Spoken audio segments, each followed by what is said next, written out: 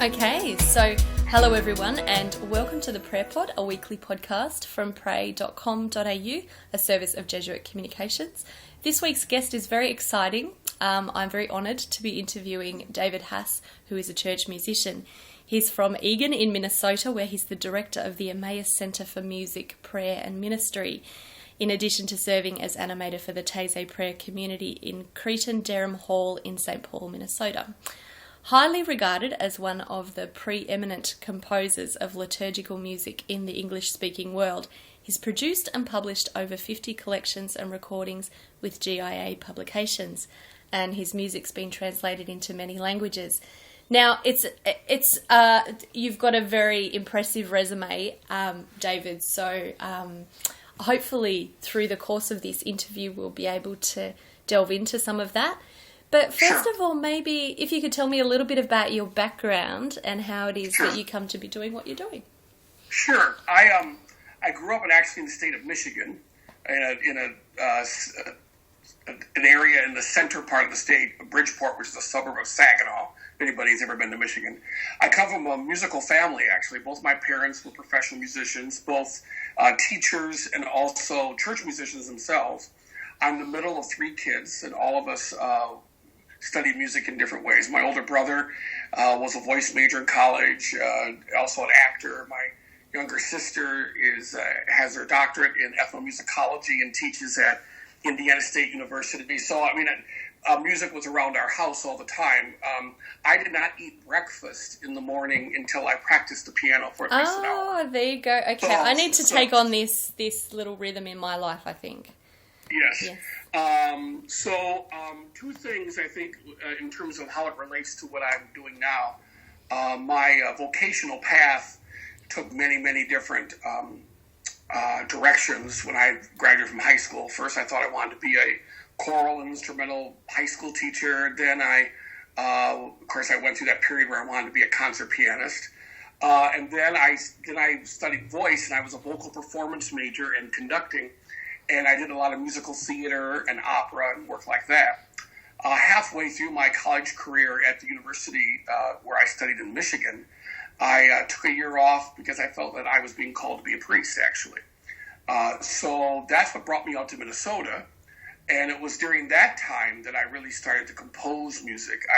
While I took the usual theory and composition courses that every music major takes, that was not my formal training. My formal training is in vocal music performance. And then when I went to Minnesota, to the seminary, I then, of course, double majored in theology. So my degree is in vocal music performance and theology.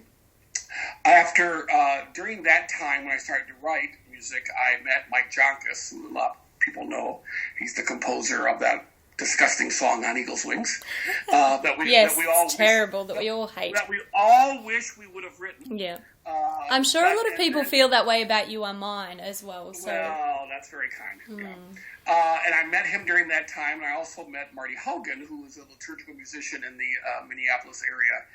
And then during that time, I was discerning whether or not I was going to stay in the seminary or not, was when I hooked up with these two wonderful gentlemen, and we started to write music. And then I decided that God was calling me elsewhere with that. And so I worked in two different parishes full-time for 4 years in liturgy, music, and youth ministry.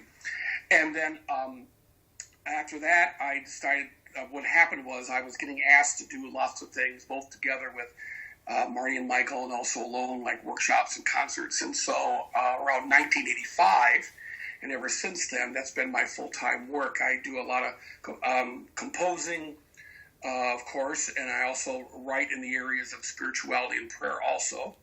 I have several projects out that are not music-oriented. Then I record and publish music. I travel doing concerts and workshops. I also did high school campus ministry for about 15 years, just stopped doing that. I was doing too much, so I had to give something up. And then I also, almost 20 years ago now, I founded a summer program called Music Ministry Alive, which is a program for high school and college age youth who come together to Minnesota every summer. And so I keep myself far too busy, But in terms of my background, it was there were two things, and then I'll let you ask the next question. There were two dynamics in my household that I found be very formative in what I'm doing now. Well, my parents were professional musicians. My parents both, of course, were organist and choir director at our parish, which was across the field from my home. And so that was a part of our life, of going to church and offering our gifts at Mass, even before the changes happened after Vatican II.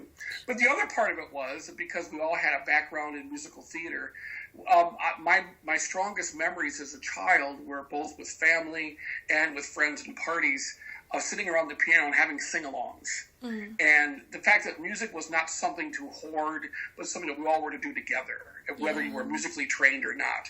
And so that was very formative in my understanding of, because liturgical music is primarily, I believe strongly, is focus on the assembly, the gathered congregation, and that we're all to do this together. So that was really a strong part of my background, and forms me to this day about what our mission is about that. So that's kind of that's kind of the quick version.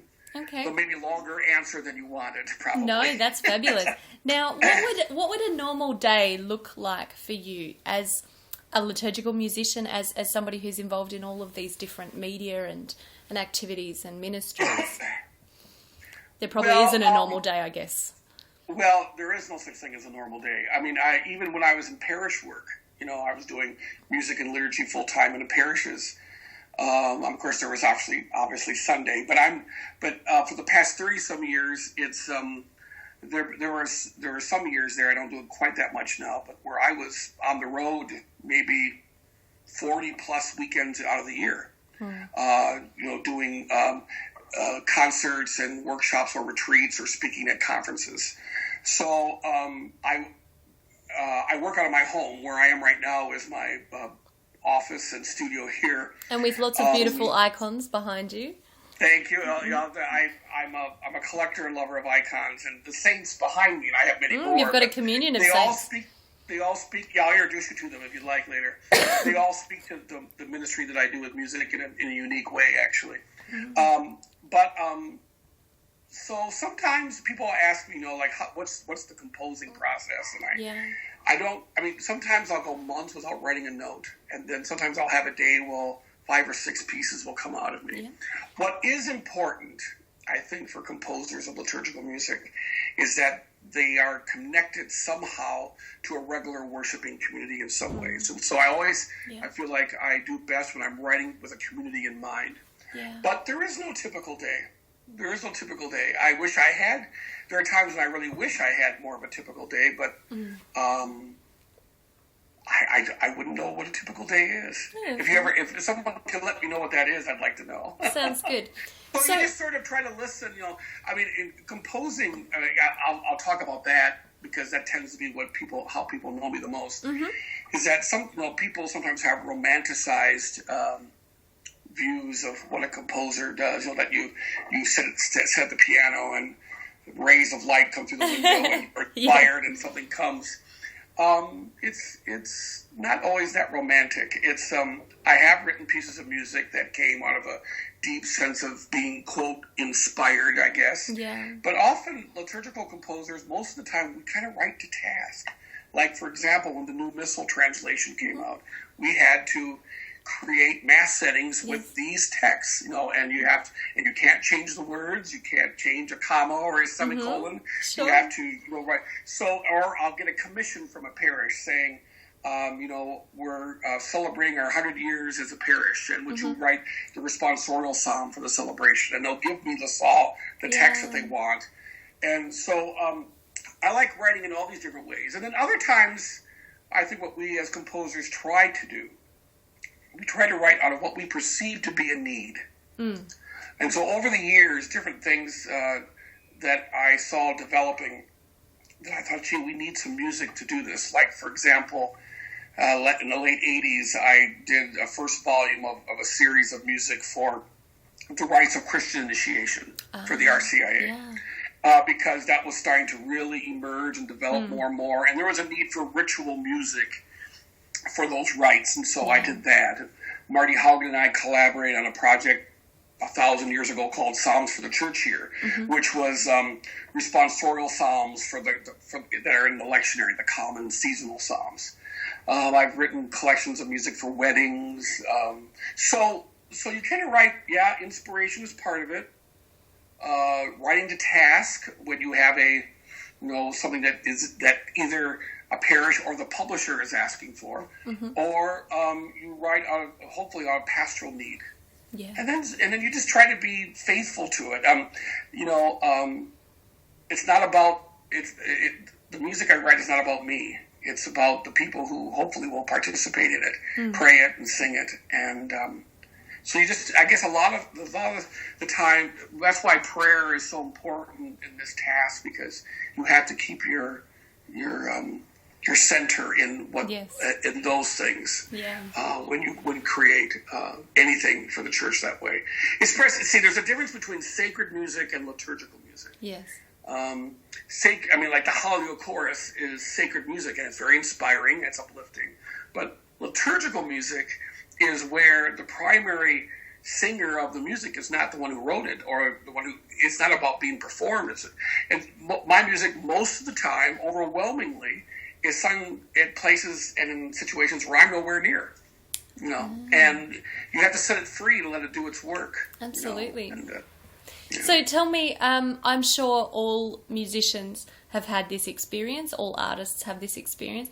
Have you ever kind of sat down and just gone, wow, what I just wrote was total crap and I don't want to record that? And Lord, yes, and also there are things that I have recorded and published that later on I look at and say, oh, crap. And the reason, and you know that when you get your royalty statement at the end of the year, and you get your printout from the publisher, and you find out which pieces of music sit on the shelves and never move. There is. Okay, so that didn't work. There isn't a project that I've done where I haven't, after it's like, for example, in terms of even recording the performance, where you send it off to be mastered and produced, and then you go, I wish I could go back and redo that verse again, or whatever, or years later you go, boy, that was a really not a great piece. Sounds good. Yes. Well, look, it's comforting to know that happens for others as well. Oh my gosh! Well, I think one of the things that used to happen in the early years, especially, I have friends who I still do this with, but in the early years, in the early mid 1980s, especially, when Marty, Michael, and I were working so closely together, we would have gatherings where we would sit down, the three of us, and you leave your ego at the door, and we would play for each other our latest compositions. And you'd have, and the purpose of it was, because we truly did and still do love each other, we would be, unbelievably honest, and I remember one time I played a piece of music that I was kind of puffing my chest out about. I thought it was really good, and Michael Jonkus, in his very cerebral way, said, "Well, aside from the fact that it's heresy." Well, there's somewhere to start. Or the other famous line that we all used at each other often was, "Well, this is really good," and then you began to run out of ideas right here. So I think anybody who wants to really explore this vocation, I get a lot of aspiring composers will say to me, what should I do to grow as a composer? And of course, I have all these. You need to, always study your craft. You need to explore musical genres. You need to, study the liturgy.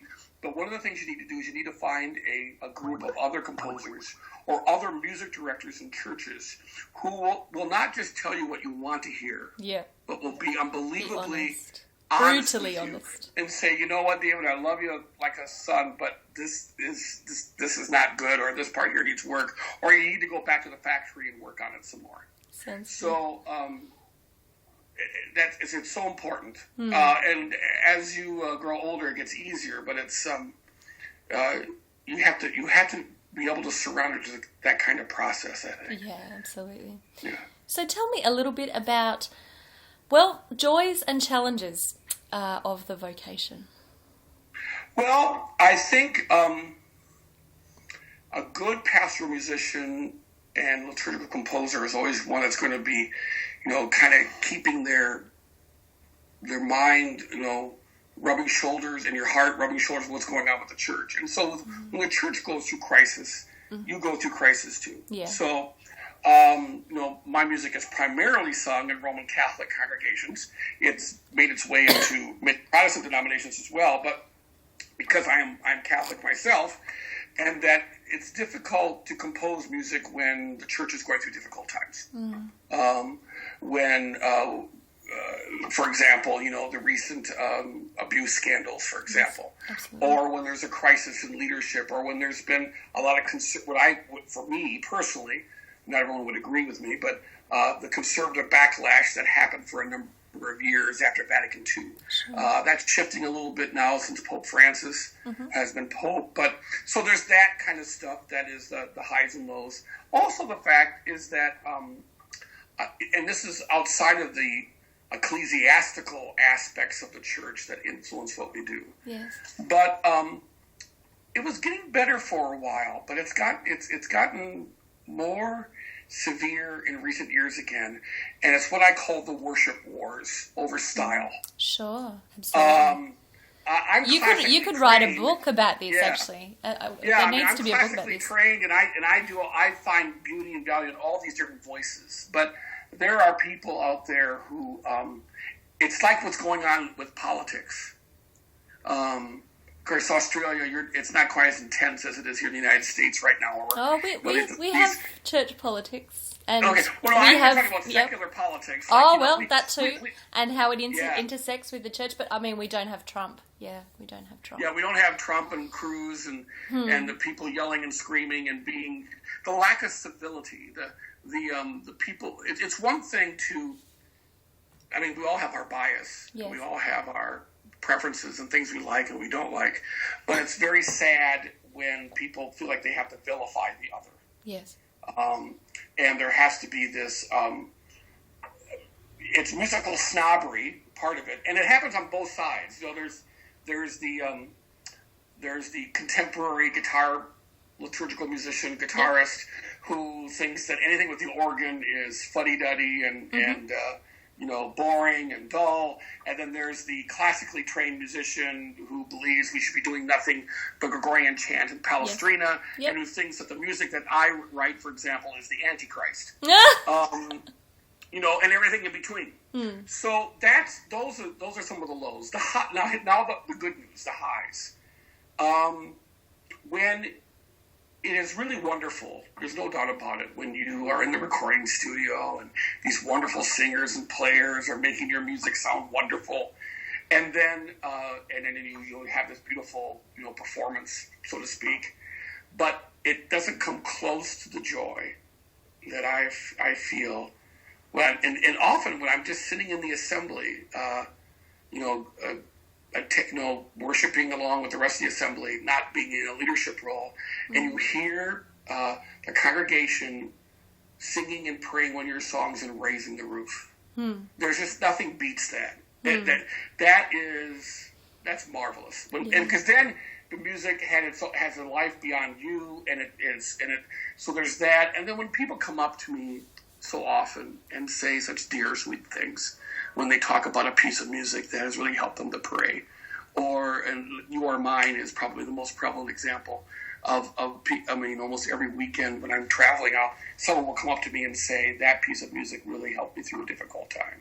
Or we sang You Are Mine at my father's funeral, and it really was very healing and helpful for us in our grieving process. Or, when that's what it's all about. That's the mission of pastoral music.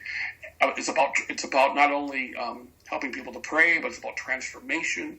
It's about conversion. When it stirs people up to change their life. In the end, that's what it's about. It's about changing lives and being about kingdom building. So the highs definitely outweigh the lows. I wouldn't continue to do it if that were not the case. Absolutely. It's interesting that you reference You Are Mine. I've heard a priest say from the pulpit after a session of using You Are Mine in a kind of worship context. And he stood up and he just said, I can't even say the words to that song without crying. So, it's very beautiful. It's nice feedback, I suppose, to receive. So let's talk about prayer, this being the prayer pod. Tell us about your prayer and what helps you to pray. Well, I'm an expansionist, meaning that I just find beauty in so many different forms of prayer. Not even talking about music for a second. Just, I've come to appreciate in recent years, especially since the death of my parents, who died in the past 10 years, both of them, valuing things like, the rosary. I didn't pray the rosary much at all growing up, or even as an adult, but I had the memories of my mother, being very devoted to that, and I'm seeing a new appreciation of that, and or like, for example, my love of icons, for example. So and then of course I love the Liturgy of the Hours. And then I've been writing more and more. This last year I came up with 3 different books. One of my heroes back here is Henry Nouwen, that you might see here. Yeah, got a couple of his books on the go at the moment. Yeah. Yes, yeah, and I wrote a book actually of a weekly daily prayer, which is available both as a regular book and as an audio book. Maybe I can have a copy sent to you. Sure, yeah. But based on his wisdom. I find my prayer life to be not very. Maybe it's because of my personality. I'm a restless soul.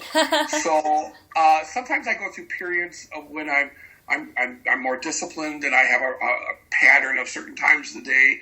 And then sometimes I'll go days where it's very erratic and random. Yes. And sometimes it's more structured. Other times it's more conversational. But because I'm an extrovert and because I'm relationship oriented with people, I find that, as Thessalonians talks about, the praying unceasingly, it's the fact that you're breathing, we're praying, and so no matter what kind of encounter that I'm in, whether it be with someone who I love and I'm enjoying myself, or even when I'm going through a conflictual time, like a volatile relationship or something like that, even in its own bizarre way, that prayer is going on because it's lament, it's angst, and all those things are part of of what I call real concrete spirituality. So I try to be attentive to it. Recently I've been doing working more and more with meditation. And that very much is inspired by people like Nouwen and Thomas Merton and the mystics, and also even influenced by some of the readings of people like Pema Chodron and people like that, Buddhist masters who I'm finding lots to connect with there. So it's evolving all the time. And of course, the greatest prayer is the prayer of the Eucharist. Of thanksgiving, of gratitude, and certainly I try to do that with my music. Even the grueling craft of composing. I think the best pieces of music that come out of me are when I try to stay connected to that while I'm doing the work. Sounds good. So it's something that rises and falls, just like it's the terror of life and the pain of being human. Really affects one's spiritual life, and I journal more and more. I'm just going on about different things I do. I just I really do a lot of experimenting and exploring different paths, and I go through periods when one is really speaking to me, and then something else might grab me at the moment. So it's constantly stirring. Yeah. And some people that would drive them crazy. And it drives me crazy sometimes too, but it's what's real. It's what's real for me. It's real, yeah, absolutely. It's authentic. Now, I'm going to ask if you might give us a little rendition of something on the piano. Maybe, okay. Yeah, maybe.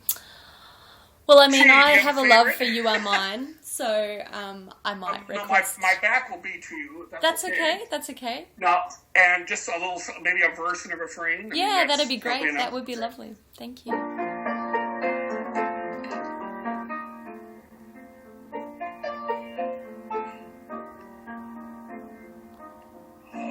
come to you in the silence. I will lift you from all your shame. You will hear my voice. I claim you as my choice. Be still and know I am He. I am hope for all who are hopeless. I am eyes for all who long to see. In the shadows of the night, I will be your light. Come and rest in me. Do not be afraid, I am with you. I have called you each by name. Come and follow me, I will bring you home. I love